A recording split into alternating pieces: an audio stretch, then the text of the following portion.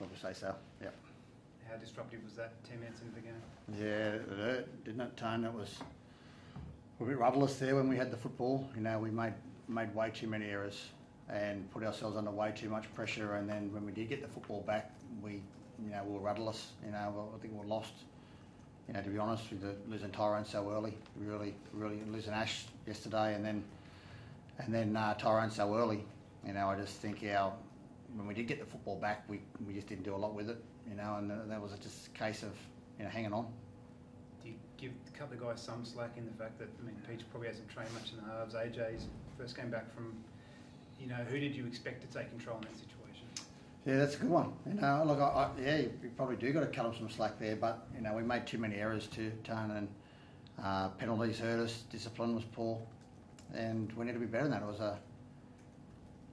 it was tough on Peach. He's just trained very little there, and AJ's had very limited time with his pre-season he's had as well. So, look, it was disruptive because Ash has done most of our work there pre-season. We lost him yesterday, and then this morning really he actually rang me and said he didn't think it was right, and we'll get a scan done on that to see how serious it is that we're dealing with there. But losing Tyrone early, he was probably the next person who's trained there most recently, and it just threw our attack out. But we need to be better than that with the football, without hanging on to the football and what we do with it.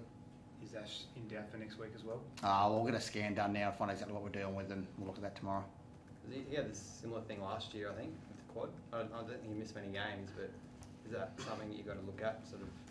Yeah, I think it was. It's just he was just doing some kicking practice, like he does, and I don't think it's a strain of the muscle. I think it's more of a tendon injury. So, but we'll get that investigated a little bit further and go from there. But it's round one.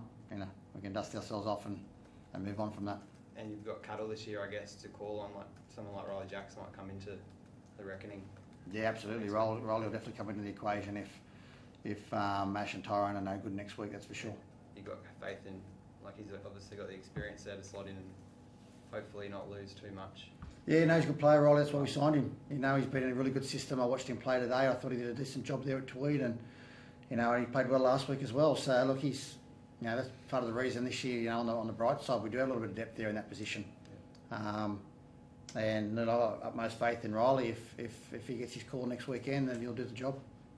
Defensively, like 21 points on you, but through the middle, you look pretty good. Were you kind of happy in a weird way of how your defence went? Yeah, I thought defensively, we had two of those for kicks, tries from kicks, and a couple of penalties there. So defensively, I thought we held our gloves up pretty well. It was the other side of the ball where we let ourselves down. And if you're not doing enough with the football or you're not completing, your defence is going to give eventually. You can't just keep hanging on. And look, all credit to Canberra. They handled the conditions a lot better than what we did tonight, and that's simple, hard, cold facts of it. Thanks, guys.